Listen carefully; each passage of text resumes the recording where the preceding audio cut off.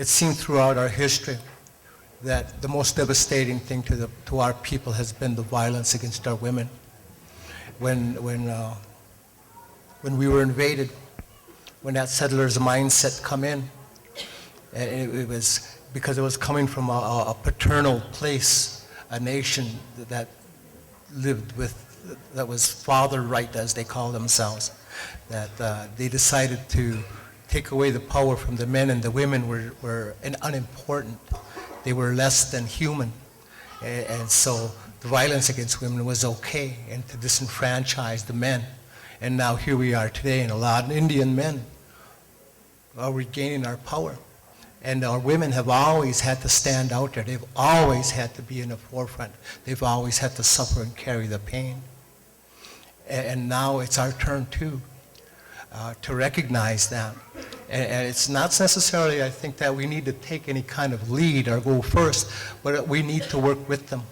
We need to hold their hands and to work with them on this road for that change, for their safety, for ours. This is our world, this is our future. Everything that has been done to us, all the laws that we live by, all the policies that come down, new or old, are all designed to destroy us. They're all designed to eliminate Native people. And now we have a chance to change that. It's not going to come from any place else, but it'll come from here, from you. These empty chairs here, those are people that have passed. You honor those things. But make that change. It's hard. You know, how many of us are going to go home and watch the latest Die Hard movie? How many of us are going to go home and watch cartoons where somebody's hurt and violent and laugh about it? We need to change that stuff. How many of us are going to go home and pray and put down tobacco and give thanks? Those are things we need to, that will keep us whole and keep us moving as the human beings that we always have been. Thank you.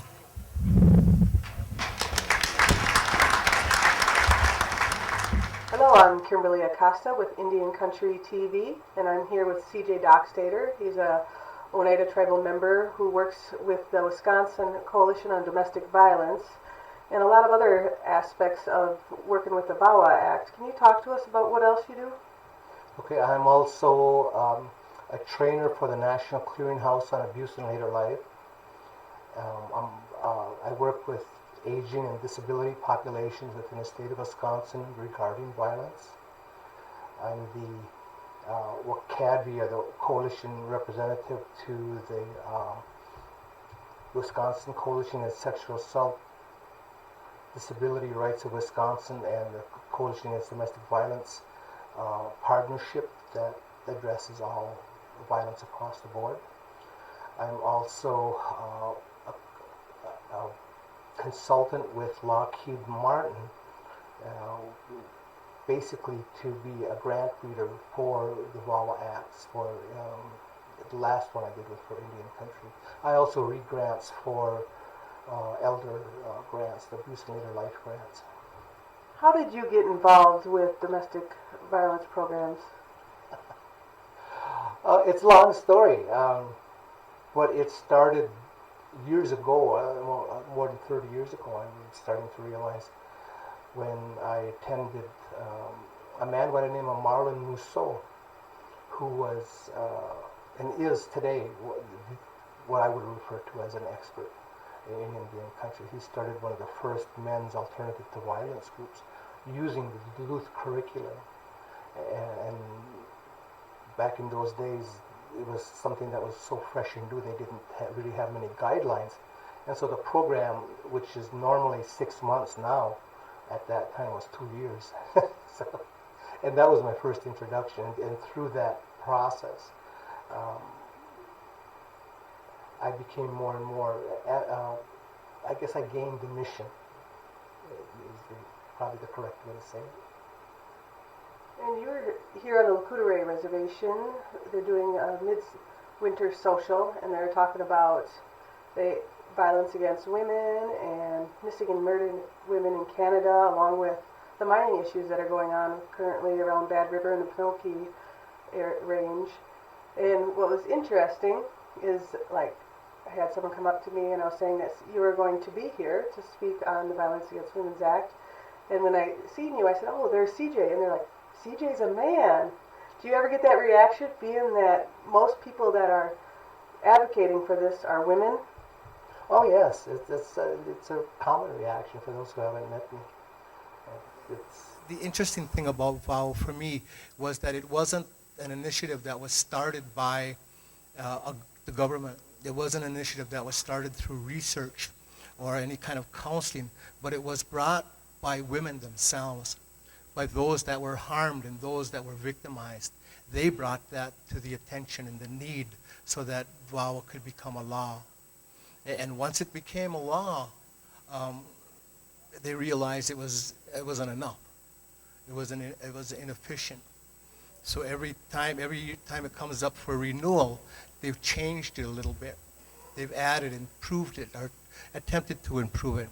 And some of those improvements have been very helpful, especially for Native people around full faith and credit, which allows restraining orders that are given by one tribe to be affiliated with all tribes in all the country, all over the country.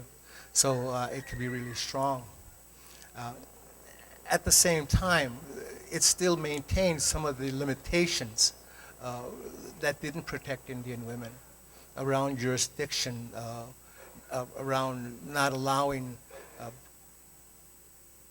tribes to enact their own law enforcement for criminal issues. The new act did some changes, and one of the changes that the Department of Justice encourages is to allow that jurisdiction of all abusers, whether they be tribal or non-tribal, allow the tribes to adjudicate them, to arrest them. And on the surface of this, it's a wonderful and justifiable move, and it's a good thing. At the same time, there's nothing in the law that helps that each tribe develop the process to do that. And some of the fears is that it could cause more problems than it And might was February 12th, solve. the Senate passed the current VAWA Act, and now it's going on into the House, correct? yes, yes. It was 78-22 vote plus, which is a large percentage, which is a good thing. So as it goes to the House now, they have a momentum going, and which is why calls are important. The Senate is off next week, and they'll be returning the week after, and that's when they really need to be aware. Our representatives in the House really need to be aware that the VAWA is vital and that it needs to get passed. It's the first time in 20 years that it hasn't been passed, if I'm correct. And right now there's actually two different VAWA Act bills, the ones that was written by the Senate and one by the House. Could you tell me the similarities or the differences between those two? I'm not too familiar with the one with the House. There was one before the year ended, because that's when the old VAWA ended. And they ended the year without voting on the new VAWA, which is why it ended in January. But the bill that was out there was very similar to the one that's out there now, but the many sanctions that dealt with lesbian, gay, transgender population had been pulled in an effort to get Republican support to pass the VAWA. And those have been, since the bill was reintroduced into the Senate, those sanctions were added back into the VAWA, and that's what went to the House. And right now, VAWA the House has to decide if they're going to create a different bill and what they want in that bill. And the process would be then, whatever bill they create, they would have to then compare it with the Senate bill, and through that come out with a bill that would pass. And how does this issue affect Indian country, and how is it different than the past one was? It's very fascinating. with the Major Crimes Act and a number of acts, and that's a Oliphant versus Squeamish decision took any jurisdiction away from tribal courts.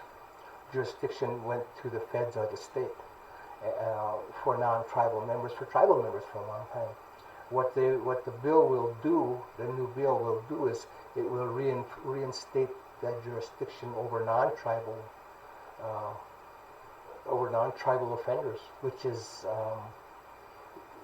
really brand new, and that's part of one of the arguments is that it violates the Second Amendment to put non-natives under tribal jurisdiction.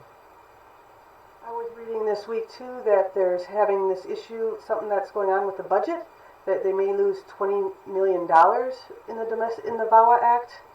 Yes, the budget's always being cut one form or another. We're pretty used to that. Hopefully, like I said, with the momentum going, they're going to be able to keep it. But whatever passes, hopefully. And what we would like to see is some funding around being able to establish, with tribal courts, around establish some type of infrastructure that could handle the jurisdiction issues, which some tribes really don't have at this time. And some tribes are afraid that if they arrest non-tribal members, their courts might get sued. And so it becomes an issue on that level too. And so then people who are non-native on reservations, who are creating domestic violence acts, are getting away with it compared to if they weren't on the reservation? Yes, their jurisdiction for sexual assault or domestic violence act on a reservation would go to the feds. Actually, it's offered to the state, and if the county doesn't want to pick it up, the state or the county doesn't want to bother with it or pick it up or answer the call, which isn't uncommon, then it just kind of goes away. If it goes to the feds, in all of last year, the feds only adjudicated 8 offenders in the entire country. Wow. And how many? Do you know how many were reported? It's hard to say, but if we look at the stats, that Native women are the highest the highest population of being victimized. It's not hard to see that that's really outrageous. Yeah, and it kind of compares to what's happening in Canada as well. Yes. Canada, as Denise was sharing with me, and I wasn't aware of some of their legislative acts or their relationship with the tribe, but it's just a bit different than ours.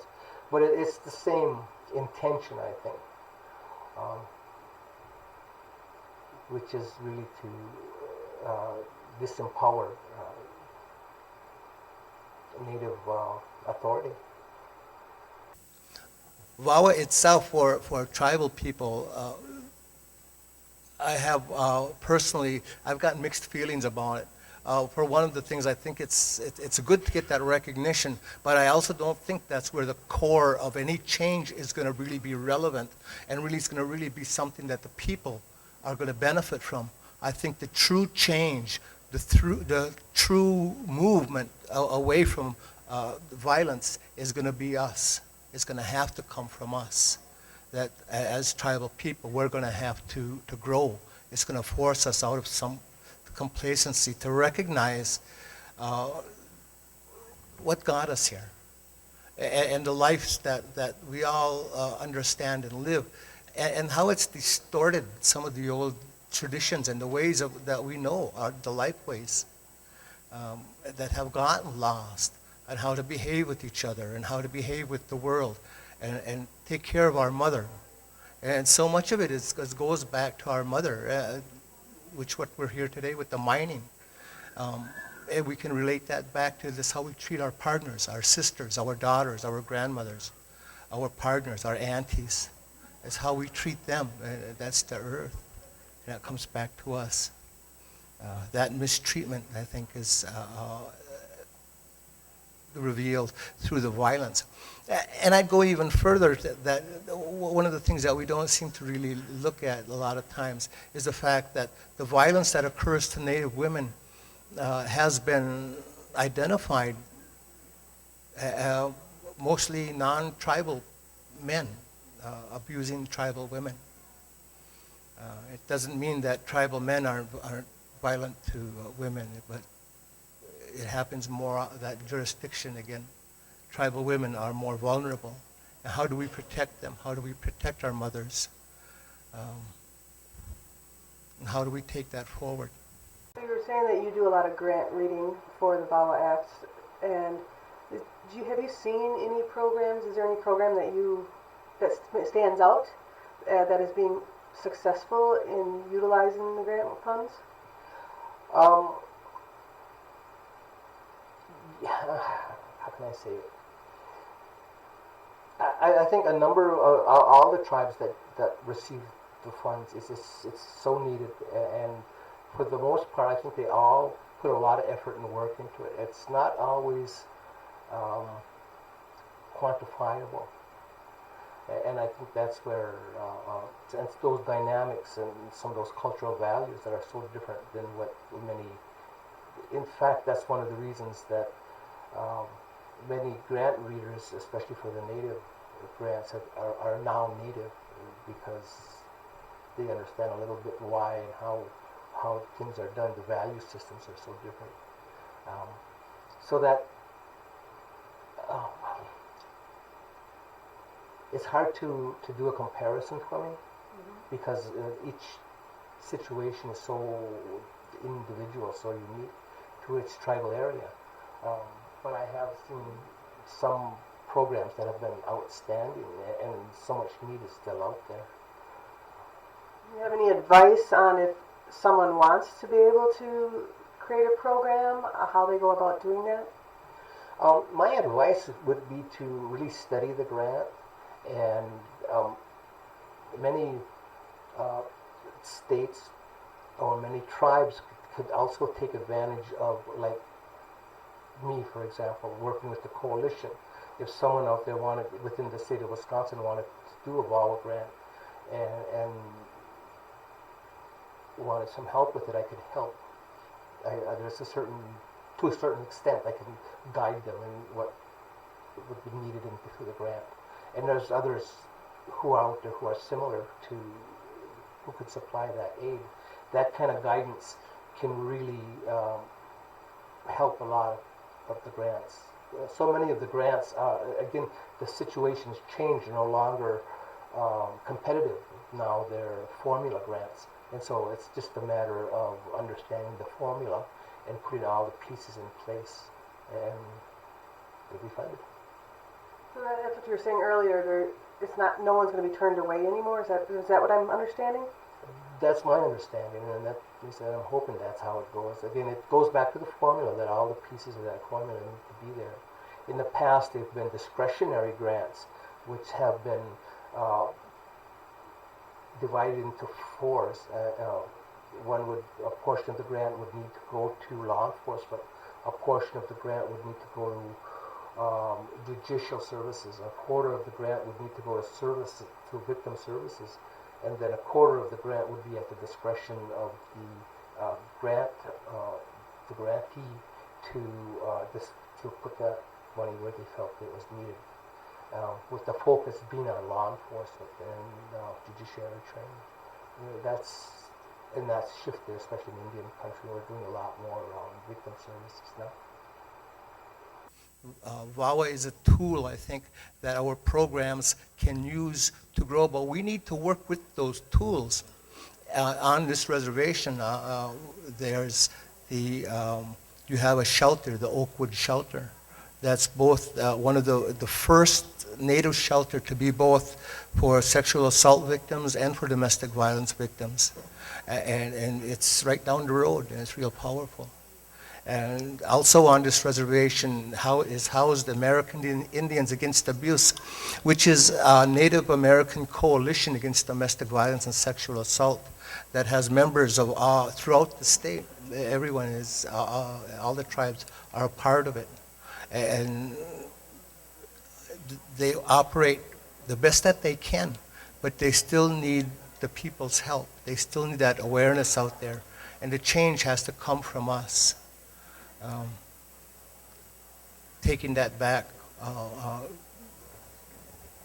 and understanding what some of the barriers are to that some of the pain of the past that's kept us trapped in some of the difficulties that we keep facing today. Some of the value systems and how to live in this world that we've put aside for a while, that would need to be picked up once more. Do you have any advice on what we can do in the communities to bring forth that change?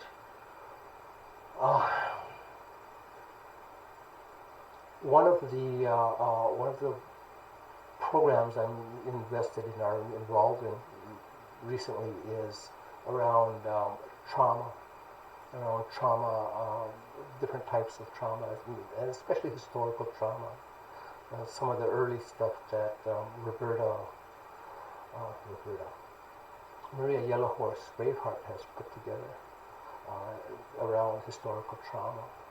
I think our communities, part of that requirement is to heal, and for the communities to really understand what being a relation is to not only each other but to the world around them. I mean, which is part of our ways. And I think that's the key, is being able to heal from the trauma of the past. I think that the trauma of that past in some ways has even distorted some of what it's been recognized as cultural ceremony. And that needs to change and heal. We need to really integrate those, integrate that cultural value system not only into ceremony but into our walks every day. And that's where the healing will come from. That's where things will be changed. One of my elders told me a story. And the story was about the Euphrates Valley in Egypt. And he said that Egypt at one time was very feminine-centered in their ways. And they counted on that. And the Euphrates Valley is real desolate. Except the Nile, there's a certain point in the Nile that floods every year. And when it floods, it brings in a silt, good land, good earth to grow things. And so when the water recedes, that silt is left and they grow. And that was their growing season, and it was bountiful and plentiful.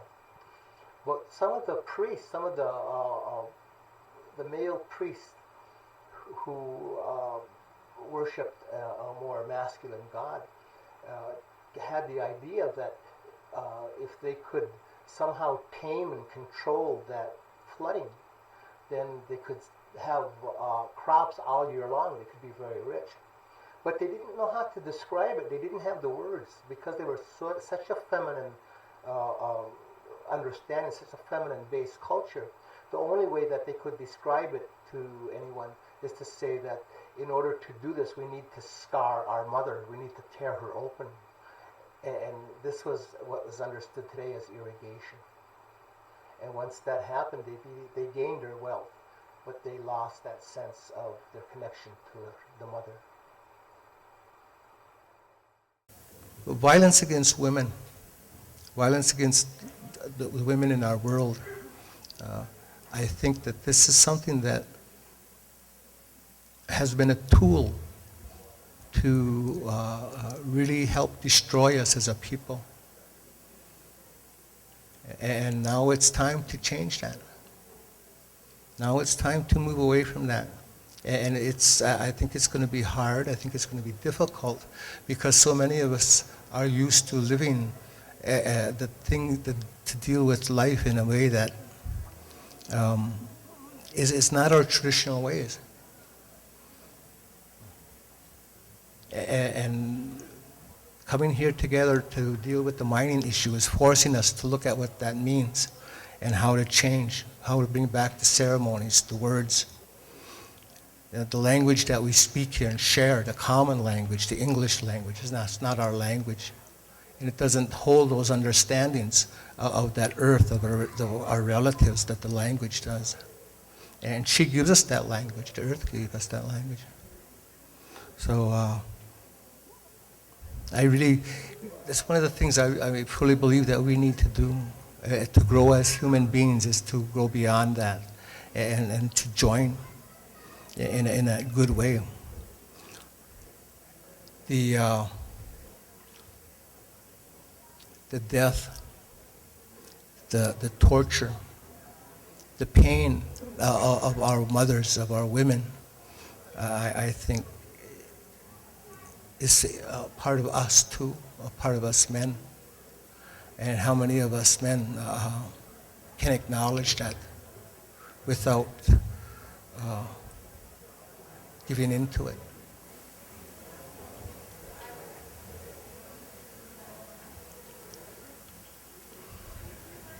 So two things that we need to change, are needed for change, is that coming together, is that acknowledgement, and to enlarge our thinking. And this is a real personal thing, is to go beyond acceptance of, well, this is a terrible thing, we have laws, let the law enforcement make a change. When someone's crying, when there's a child out there that's being hurt, is to give that to the authorities to let them take care of it. When this is all our responsibilities, where this is all our families. And